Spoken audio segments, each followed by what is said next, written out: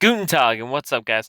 I just want to say before the video starts, I was trying to use an external mic on my camera for this video, and I've never used it before, so my idiot self didn't realize that if I point the mic forward, then I'm going to get a lot more external audio, so the voiceover and the narration in this isn't really good. And sometimes there may be some external voiceover that I'll do, or I'll just put subtitles if you can kind of hear it. So just thought I'd give a fair warning, but I hope you enjoy part 1 of this video. Guten Tag, my name is D-Mad, and welcome to another installment of Backtrack. So, in this episode, we are in the other big animal attraction in the Wichita area.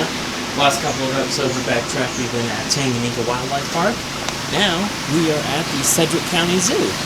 So, yeah.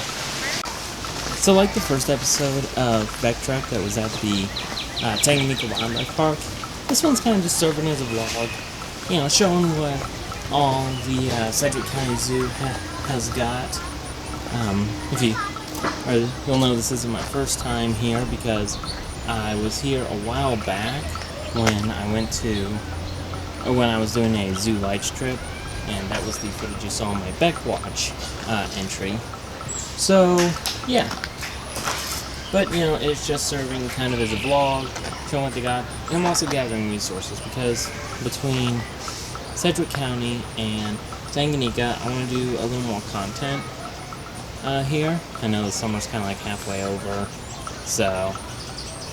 But I still want to do some content, so I'm gathering ideas, gathering resources, gathering ideas for other products and stuff that I want to do besides videos, so... Yeah, we'll see what they got. There's some yaks.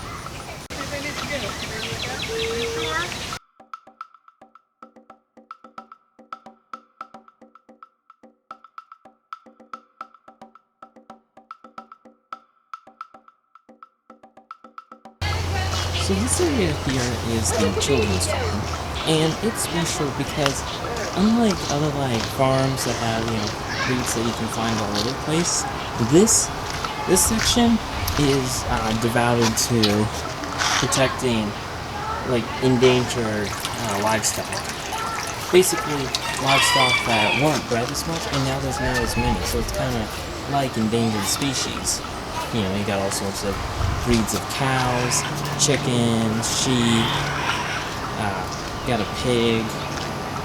So, it's a real interesting concept that I haven't really seen in any other zoos. So over here we have an Arapala goat, an Arapala island herd, and this herd is, you know, it's a breeding herd, these guys are pretty endangered. Another thing is, often confused with Nigerian dwarf goats. Well, at least I do. They look very similar. But one way that I've learned to tell the difference is that they are bigger than a Nigerian dwarf, and they have brown eyes, whereas the Nigerian dwarf goats mainly have blue eyes. I think that's kind of cool. And also, another thing is, these guys, last I checked, they actually do work at the Kansas City Zoo. Because Kansas City also has some Arapala island goats, and they actually do some work in that. They, you know, transfer some to keep the genetics pure. So, I think that's pretty cool.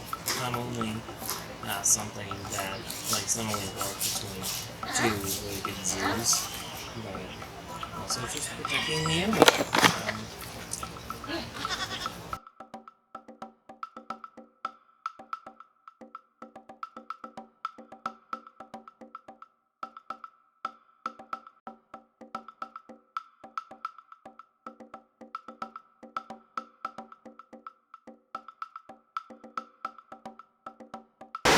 They also have a different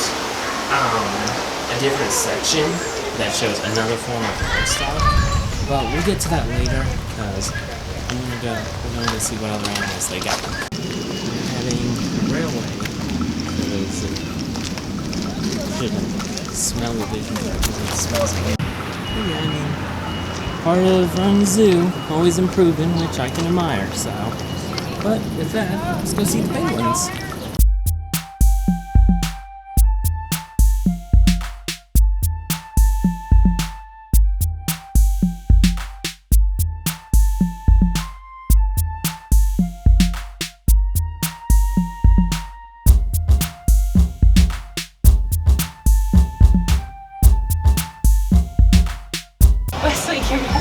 another similarity that the Sedgwick County Zoo has to the Kansas City Zoo is that they also have Humboldt penguins from the coast of South America.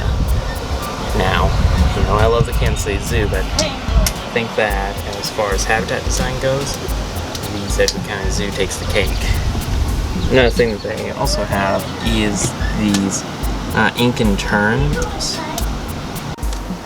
and also these gray gulls over there, or at least that one. It's cool because all these birds are from the western coast of Australia. I'm sorry, the western coast of South America. So it's kind of cool to just see all of them together, cohabiting the species. I think it's pretty neat. This is also the first time I've seen the Inca gulls and the terns out together. Another interesting thing about this habitat I just noticed is that some of the Humboldt penguins are brown, while the others are in a dark gray color.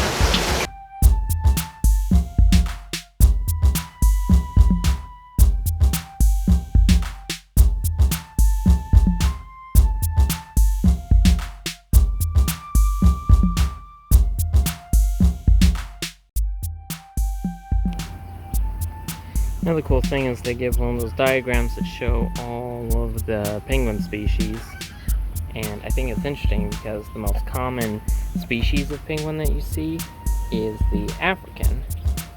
So it's kind of cool that the chin strap is in between them, so it's easy to see like the difference. Like you see the Humboldt has more skin around its beak, the African's bigger and rounder. A little side tangent is one thing I really want to do is go to the Galapagos Islands and see the Galapagos penguin. I don't know how many zoos actually have them, at least in the US. And then there's the little penguin, or the little blue, or the fairy penguin, however you want to call it. I saw those guys at the Dallas World Aquarium, so they're pretty cute. So last couple of times I was here, the Galapagos is actually this.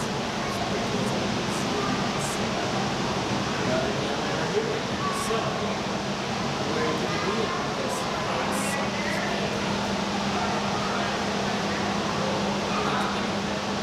To sleep.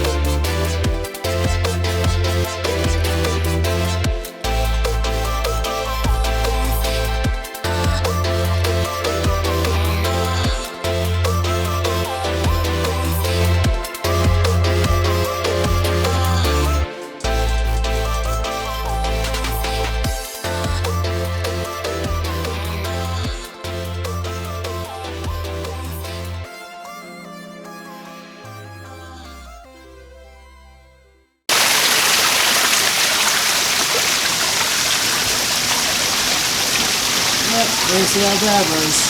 They're the second largest tortoise in the world, only behind the Galapagos tortoise, of course.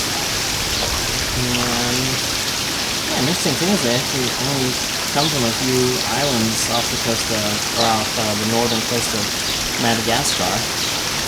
So it's interesting. some island gigantism. See that guy, that videos. The one thing that is 200 and 170 years. Unfortunately, at the time of my visit, their tropics building, which also serves as an aviary, was closed down. So, that's unfortunate. Hoping to get some good pictures of birds and their feathers and all that. But, you know, can't really argue with their decision, so.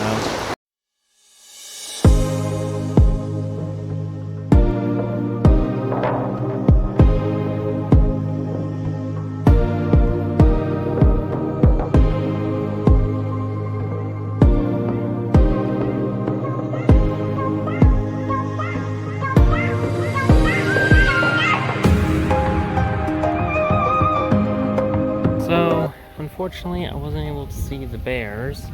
The black bear was sleeping, and I don't think I've ever seen the grizzly bear out. So yeah, looks like the otter pool is being drained, so no otters today either. But I assure you, they're usually swimming around there. I always think that this rattlesnake is cool. This is the banded rock rattlesnake. Literally a green rattlesnake. Reminds me of the mint, what is it? Mint ice cream. You know, like the chocolate mint where it's green and it has the brown chocolates. I think it's cool. Oh, and I just noticed, I think he's finishing eating there. You can see the little tail in the mouth. So, you know, natural thing. Gotta feed your snakes sometimes, so. I think this part of the North America trek is one of my favorites, structural wise. I don't know why, I just like this nice boardwalk. So, I mean, if you want to see more boardwalk reviews and all that, consider liking and subscribing to the channel.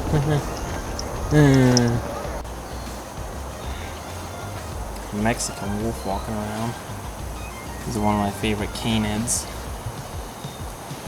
They're critically endangered, but a lot of zoos work to breed them, so. And they give them this, I always say, they don't give the Mexican wolves a habitat. They give them a territory.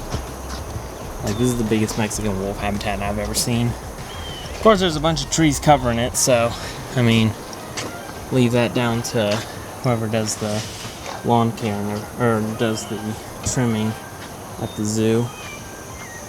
Still, it's a very massive habitat, really cool. Really good for the wolves, too. Here's another something. They got a breeding bison herd down there. Usually the bison are laying down in the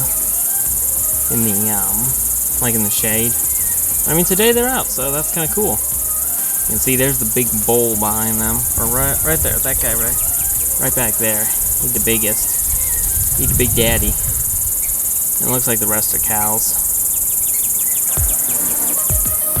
At least here's one North American Titan you get to see. Icons of the Great Plains.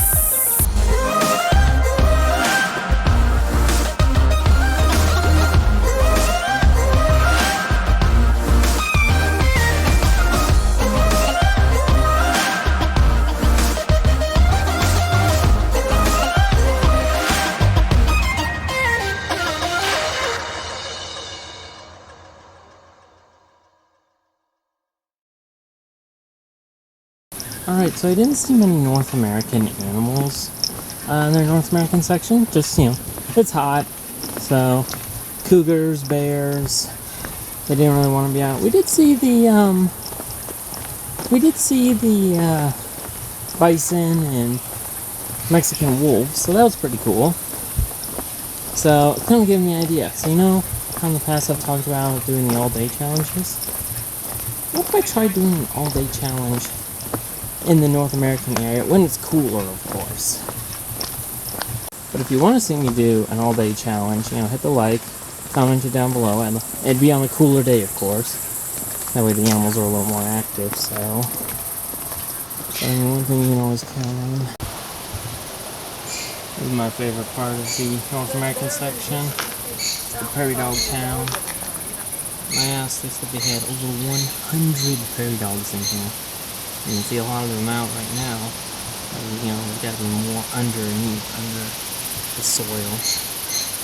The cool thing is it's kind of open air, like they have the netting right there, so predators can't go out. But you hardly notice the netting. So, I think it's pretty cool. It's fun to listen to them. Maybe I'll do an all-day challenge here. I do want to do an all-day challenge. I just don't know where I want to start. Probably with some birds. Birds are always most fun to do. But yeah, enjoy the bear dogs.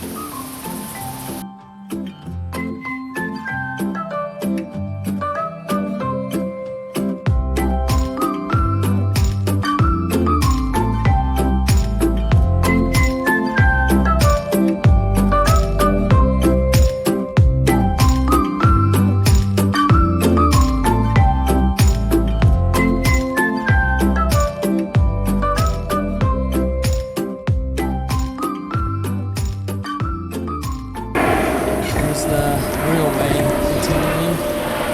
We'll ride on the railway.